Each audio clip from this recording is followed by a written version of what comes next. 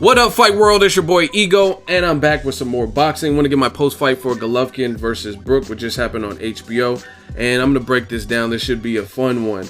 And first, I want to say shout out to both combatants. Kell Brook showed massive heart. Golovkin did win via a stoppage, TKO stoppage, corner stoppage. They threw in the towel in round 5, and I want to break down what I've seen. You know how I do it. Make sure you guys like and subscribe. I give you guys the good, the bad, and the ugly. Now, the audio you heard from the beginning of it was snippets from my series, 7 Reasons. And I made a video, 7 Reasons Why Golovkin Beats Kell Brook. And there were actually, closer to the fight week, there were some people that were actually saying Kell Brook because Golovkin ain't fought no one. But you heard it. A lot of what I said came true. I said round 6 through 7. It happened in round 5.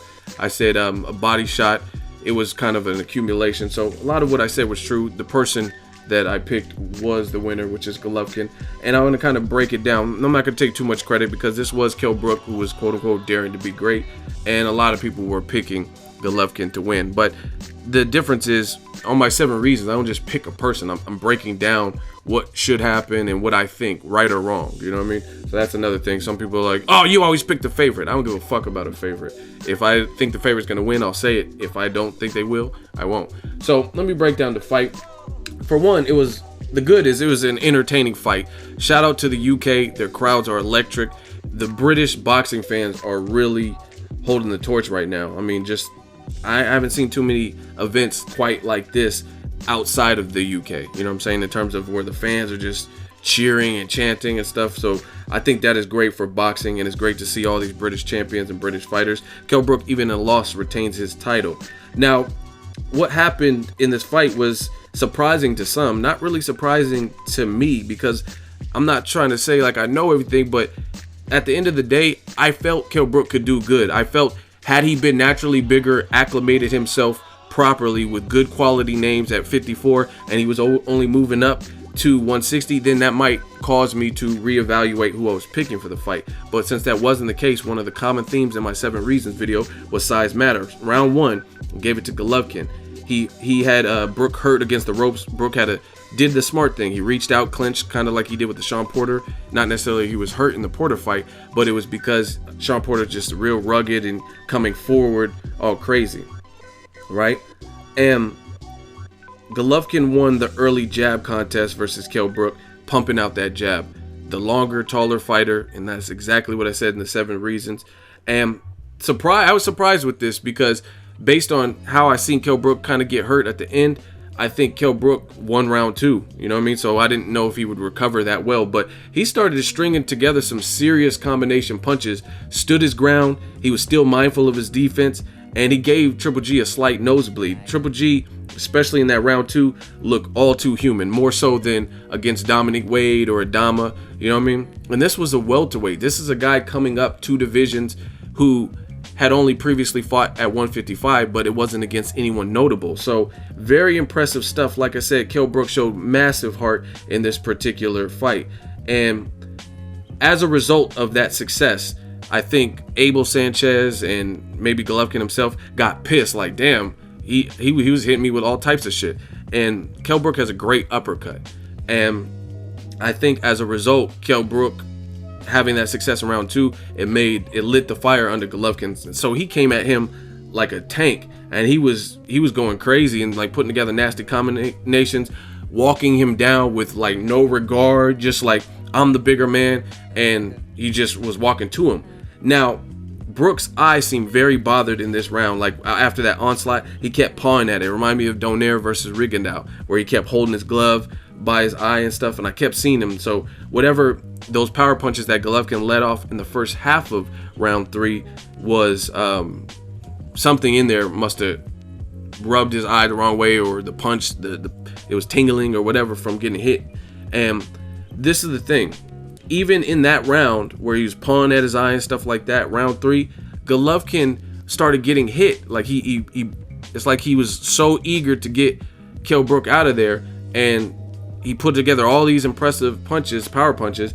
And even in round 3, Kell Brook had another nasty sequence where he was landing some real good shit at the end of that round. So to me, it goes back to what I say, and this is kind of the bad. Golovkin's resume, I don't care who's mad, I don't care about anything. It's nothing against Golovkin, but his resume, to me, needs work, period. Because this is a welterweight we're talking about, and he didn't just get walked down like that. You know what I'm saying? So that means Kell Brook is of a certain skill level to the point where even though he moved up, he still was competitive. Like guys like Dominic Wade, I covered that fight. I was there live. The round 1 onslaught, Dominic Wade, I think, was pretty much saved by the bell, right? And then round 2, when Golovkin put that amount of pressure on Wade, he kind of got knocked down a couple times and crumbled. The fight was over. And Brook withstood it and actually responded by landing some good shit later in that round. I gave round 4 to Brook, which was another, some people might feel a type of way. I thought the round was pretty even. Golovkin was still trying to hurt Brook. He was landing, but Brook was landing sharp. He was landing very sharp. And then, to me, Golovkin, out of all of his recent performances, it's funny how, what I've been telling people, as soon as he stepped up in skill level class, even though it was a smaller guy, you start to see Golovkin look a bit more human. The fact is, I don't think Golovkin likes to get hit. And that might sound cliche, like, oh, no shit, ego, no one likes to get hit. But I don't think Golovkin likes to get hit more so than other fighters who don't like to get hit, who have, like, quote unquote Mexican style or whatever. You like, you look at, if you watch how Julio Cesar Chavez fights, Brandon Rios fight, guys who have crazy offenses, not necessarily the best defense. Chavez, his offense, he was a little bit calculated, more so than Brandon Rios, but the point is, they'll take a shot even from big punchers, you know what I mean? Mike Alvarado and Rios and stuff like that. Golovkin always, every time he gets hit with a shot that's from a guy with notable power, like even Kell Brook moving up, Curtis Stevens, he doesn't respond well. Even the David Lemieux fight, he seemed like, hell no, I'm not having a slugfest. That was the perfect fight to have a slugfest, but he chose to work behind the jab. I can't complain because that's a smart game plan for him, but I'm just saying, this whole coin Mexican style, that was the perfect opponent to have Mexican style. Somebody who's a middleweight, who fights with little defense, and he has a lot of power, got cracks, stuff like that. So to me, I think I don't really consider Golovkin as quote unquote Mexican style. I don't think he likes to get hit, and I'm not saying Mexican style fighters like to get hit, but I see them respond different. Like if you punch Orlando Salido hard, he doesn't like back off and reset, and that's kind of what I seen with Golovkin. So it was a fun fight, but I gave round 4 to Brook because he was sharper. And to me, Golovkin, he seemed bothered that, oh shit, I look vulnerable, oh fuck that. So he was throwing caution to the wind, and he wasn't putting it together like I've seen him do it in the past, meaning it wasn't an intelligent offense. But I think this overall was able to still work because, like I said, the 7th reason in my video, 7 reasons, size matters. And even though it's like, even though there were certain deficiencies and Kell Brook shined in certain spots, I gave him round 2, it's overall the size and accumulation of a heavy-handed middleweight versus a guy who's jumping up. But I don't think Kell Brook looked bad. And to wrap it up, round 5 was the TKO stoppage. Golovkin came out he swarmed and gave Kell Brook little time to think. Kell Brook did a little bit of showboating, but to me, he was clearly hurt. As far as the stoppage, I'm not going to argue with the stoppage, and that's just because Kell Brook's own corner did it. It's not like the referee did it. So, I mean, that's the team he entrusts, and that's the people that he has in his corner, but I'm not going to bitch and gripe because they are the ones that did it. It wasn't like a ref stoppage. Like a stoppage I was personally pissed at was George Groves versus Carl Froch in that first fight, because the ref did that. He had Groves in a headlock, and then he waved it off. Like, that don't even make sense to me, especially given that type of fight was similar, where it was like George Groves knocked down Froch, and he was getting the better of Froch for majority of the rounds, and the first sign of Groves in danger, it gets waved off while you have him in a headlock. But this was actually really pretty competitive, kind of what I expected, where the bigger man will excel. And I guess, like I said, the bad was it's a fight that didn't really do anything for Golovkin, right? Yeah, you have another win, a 24th knockout consecutively, but it also made you look more human. And it's actually worse when fighters take fights like this. Even, I mean, not worse for their bank account. You know what I mean? He's going to get paid for it and exposure from a different audience. But Kell Brook was doing some good things, and you don't really expect that from a middleweight terror. You don't expect a welterweight, any welterweight, to be able to come to that division and and have any success, really. You know what I mean? Because there's actual middleweights like Macklin, they're out of there 3 or 4 rounds and they didn't do shit. You know what I mean? Wade, they didn't do shit. He's out of there in 2 rounds. So the first time you step up in skill level, you see Golovkin look a bit more vulnerable. So to me, this kind of, it was a lose-lose situation, because now, to a degree, I'm not going to say exposed, because Kell Brook lost the fight, but he exposed vulnerabilities. I don't think Golovkin's exposed per se, because he still won, and you have to have all the intangibles of whatever fighter did well. You know what I mean? You have to have Curtis Stevens' power or Kell Brook. But I mean, I actually think Kell Brook did probably one of the best in terms of, like, I think Golovkin, I don't know if he was hurt. He has a good poker face, but it looked like there were moments where he was hurt, where he had to respect Kell Brook. So it was a fun fight. Some people are gonna be mad at the stoppage. I'm not gonna even do all that, because it is what it is. They stopped the fight. Kell Brook was getting bullied in that particular sequence, but you know what I mean, if I was the team, maybe give him a little bit more time. But I mean, that was his team's decision, and whatever was happening with his eye wasn't looking good, because every couple rounds I kept seeing paw at his eye, stuff like that. So it looked like it might have been a matter of time, but you never know, because it's boxing, and Kell Brook was making it very competitive. He didn't get like slept like Amir Khan versus Canelo, so I mean, he could probably bounce back. I don't know, because he did take some nasty shots in round 5 and round 4, I think it was. So we'll see where he goes from here, and if he goes back to 47. But I thought he held a good account of himself. For Golovkin, it really solidifies something I've always felt, that this is why Andre Ward never got the fight, period. Because now you're talking about a guy who's your height, or actually taller than you. I've met both. He's like 6 feet, 6'1", and he's a good boxer. He knows when to clinch. He's fought bigger guys than you. You know what I mean? I don't know who hits harder. And this is, to me, why they didn't opt for fights like that. You know what I mean? Even fights like Edeslani Lara, I met him. He has a big frame. He's tricky. And Kell Brook, he was moving well, but he was also on the ropes more than I would have liked him. That's the bad for Kell Brook. I mean, I don't know if it was the crowd or what, but he was on the ropes a little bit too much. And a guy like Edeslani Lara, I don't think he's going to be on the ropes, or intentionally be on the ropes, longer than he has to. So those are all difficult fights. Gilberto Ramirez.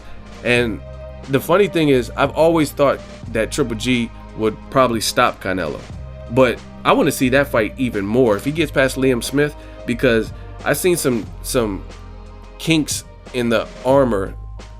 Excuse me, I've seen some chinks in the armor of Golovkin in this particular fight that Canelo might be able to expose. And trust me, I'm one of the people who was always on the impression that Golovkin's power and stuff, he would be too much for Canelo. But I mean, if you've seen the success that Kell Brook had, I don't know. All I know is I want to see the fight. Good fight. Let me know where Kell Brook goes from here. Let me know what you thought of Golovkin. But that's my full, uncut, unadulterated thoughts.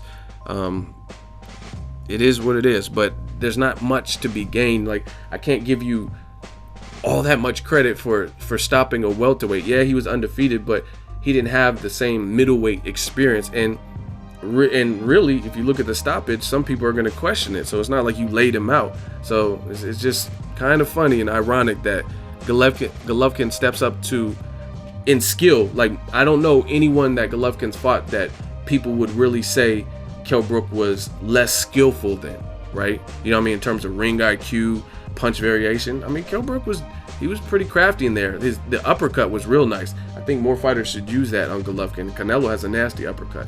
So let me know what you think this means. Hopefully people like Chris Eubank and Danny Jacobs and Billy Joe Saunders, they all watched this and seen a welterweight do it. Like, fuck it, I'll get in the ring with him. He ain't, you know what I'm saying? I could withstand it. I'm a bigger dude. So that's my hope from this particular fight. Despite where you rate Golovkin, hopefully somebody gets in the ring with them of note, of the similar skill set, so we can watch it. Let me know what you guys think. Drop it in the comment section. Share the video. Like the video as always. Hate, comment, and subscribe. Till next video, it's Ego signing off. Kell Brook's leg / mobility with added weight gain. Now, I told you guys weight can be a double-edged sword. It could help you. So I'm concerned with Kell Brook's mobility with this added weight gain, because the second part of that, in Kell Brook's fights, from what I have seen, I've never really seen Kell Brook. A lot of times he's a big, massive welterweight. A lot of times he doesn't really have to use his legs too much. He uses his legs to cut off the ring and get in position. I haven't had to see him use his legs to his defensive posture, like to get into positions defensively, I guess you could say, like a Floyd Mayweather, Erislandy Lara, Guillermo Rigondeaux. I've never really seen him use his legs that fluidly to navigate around the real estate of that ring, because he was necessarily in danger or the guy that he was facing was 10 to 15 pounds bigger than him, etc. Like I said, Golovkin has pinpoint accuracy with his offense. He's good at placing his punches. Sometimes his punches are coming from a weird chopping trajectory. Triple G, longer jab. Now, to Kell Brook's credit, he has a good jab. They both have a good jab. Even though Kell Brook has a great jab too, he has a great jab at welterweight against guys like Sean Porter and the people he's fought. So when I'm looking at the jab contest, then since they both are strong and they both have a good jab, then I as long as Golovkin uses it, which I think he would for this type of fight, the shorter guy who's going to try to outbox him, he's going to try to disrupt that. So I have to, in the jab contest, I would probably lean towards Golovkin because he has the longer reach and he also has middleweight power for certain. There's no question he has middleweight power. We don't really know where Kell Brook's actual power will be. No headgear, no sparring, but in a full fight at the elite level at middleweight. So when it comes to the jab contest, I think Golovkin may disrupt him better with the longer arms and a power jab that he has. Finally, and I couldn't leave this 7 reasons without saying this one. Number 7, size matters. And this is probably the easiest one. So he's comfortable making middleweight. He knows what to do. Kell Brook is the one who's having to sacrifice, who's jumping up, who's having to do different things. And I'm telling you guys, you can say whatever you want. Carrying the weight in sparring or walking around versus fighting an elite person, 2 totally different things. And to me, that's probably the biggest reason, even though I told you this is in no particular order, probably the biggest reason why I think Kell Brook will lose this fight is because of the size differential. Golovkin is naturally bigger. He has a bigger back, bigger frame, and he's just overall a good fighter. They're both very skilled, both limited resumes, things of that sort. But I got to go with the bigger person who has skill and also has power and certified middleweight power than the guy who may be pretty strong at middleweight, but we don't know how strong. So for that, I'm picking Gennady Golovkin. I was going to say Kell Brook can maybe even take him the distance, but I think with the weight gain and everything, and for the sake of this video, I'm going to say a TKO stoppage, maybe a corner stoppage, and I would say to the body, rounds 6 through 8.